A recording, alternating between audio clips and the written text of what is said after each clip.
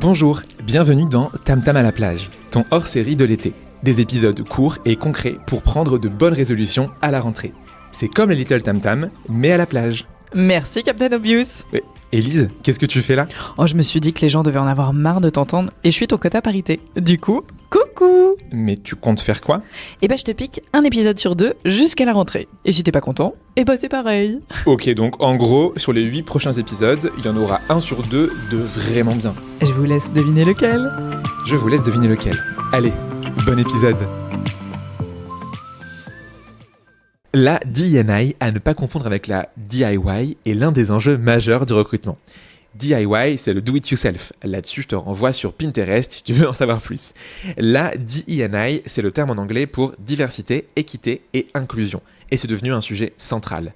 Pourquoi ? Parce que la diversité en entreprise, c'est un élargissement du talent pool, donc plus de candidats potentiels. La diversité en entreprise, c'est 35% de performance de plus dans une équipe. C'est pas moi qui le dis, c'est McKinsey.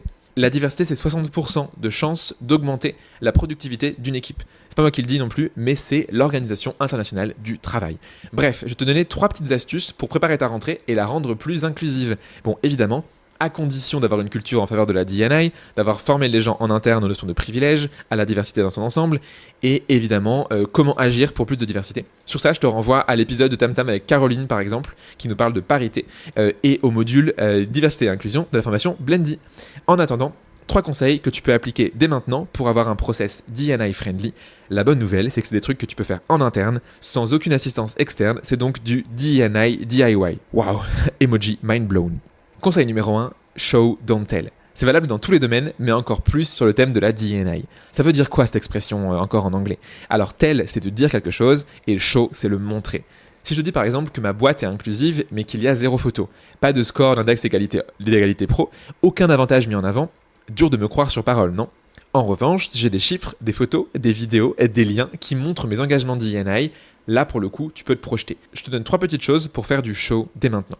Assumer ces chiffres, même si en France on est limité aux chiffres hommes-femmes parce que là il y a une interdiction des statistiques ethniques ou religieuses, et surtout montrer du coup la composition de son CODIR ou de son COMEX. Souvent, les dirigeants et dirigeantes d'une boîte sont principalement des hommes. La diversité en bas de la pyramide c'est facile, en haut de la pyramide c'est plus compliqué. Pour rappel, dans l'index des 120 startups les plus prometteuses, il y a seulement 7 femmes dirigeantes sur 120, soit 5%. Et il n'y a que 3 femmes DG sur les 40 dirigeants et dirigeantes du CAC 40. Deuxième chose, le plus important, c'est d'avoir des rôles modèles. Les rôles modèles, c'est quoi ? C'est des personnes en interne qu'on va mettre en avant pour qu'elles inspirent les autres. Si par exemple sur les photos et vidéos d'une page Welcome to Jingle, il n'y a que des dirigeants, hommes, qui ont fait HEC, c'est pas foufou. En revanche, si on s'assure de représenter la diversité de la boîte et de mettre en avant leur profil et leur carrière, le signal qui est envoyé à l'externe est crucial et va rassurer au maximum les postulants et postulantes qui vont se dire « Waouh, ok, je peux être représenté ». Par exemple, une femme CTO va adorer voir qu'elle ne sera pas la seule femme du CODIR. Dernière chose, montrer les évolutions professionnelles au sein de la boîte. Montrer les exemples de parcours et mettre en avant des personnes avec différentes expériences, différentes nationalités, des femmes et des hommes, des juniors, des seniors, etc. Conseil numéro 2, tout miser sur la flexibilité. Et je ne parle pas de gymnastique ou de yoga, mais d'un environnement de travail flexible. Pourquoi ? Car c'est le critère qui va attirer des personnes qui sont souvent exclues de l'emploi ou alors reléguées à des emplois moins bien payés. La flexibilité, ça passe par le lieu de travail, les horaires de travail ou le style de travail.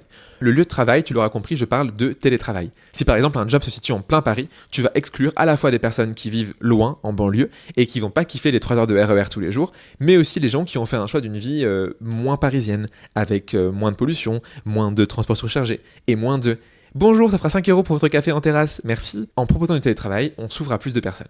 Les horaires. Quand on est parent et que nos enfants vont à l'école, par exemple, on est bien content de pouvoir les emmener et aller les chercher. C'est le luxe. Si une boîte n'impose pas des horaires, mais met en place une certaine souplesse, on va du jour au lendemain attirer plus de parents, par exemple. J'avais un collègue, dans l'une de ses présentes expériences, qui faisait une pause l'hiver entre midi et 16h pour aller skier et il travaillait plus tard le soir, mais au moins, il profitait du soleil. Bonjour la vitamine D. Et enfin, le style de travail. Une boîte qui fait beaucoup de réunions et où les décisions sont prises en présentiel va défavoriser les timides et ou introvertis. A contrario, une boîte qui ne fait que de la synchrone ne va pas forcément plaire aux gens qui seraient super extravertis et qui auraient vraiment besoin de gens au quotidien. En proposant un mix entre les deux, du coup on pourra attirer à la fois introvertis et extravertis et donc une diversité de personnalité et donc une diversité de pensée. Une fois cette flexibilité mise en place, on la communique sur notre site carrière, nos annonces, nos messages d'approche et hop, à nous une diversité de candidats et de candidates. Conseil numéro 3, deviens proactif ou proactive. La diversité et l'inclusion, il faut être proactif et aller la chercher. Oui, on peut faire des efforts et construire une marque plus attirante avec les 2 conseils que je viens de vous donner, mais on doit aussi être proactif dans sa recherche. Attention, je ne dis pas de faire de la discrimination positive et d'aller recruter des femmes dans la tech par exemple, ou de bannir les top écoles de commerce pour recruter uniquement en université. Non, votre mission, si vous l'acceptez, c'est de s'assurer que sur la ligne de départ d'un process, on soit le plus diversifié possible.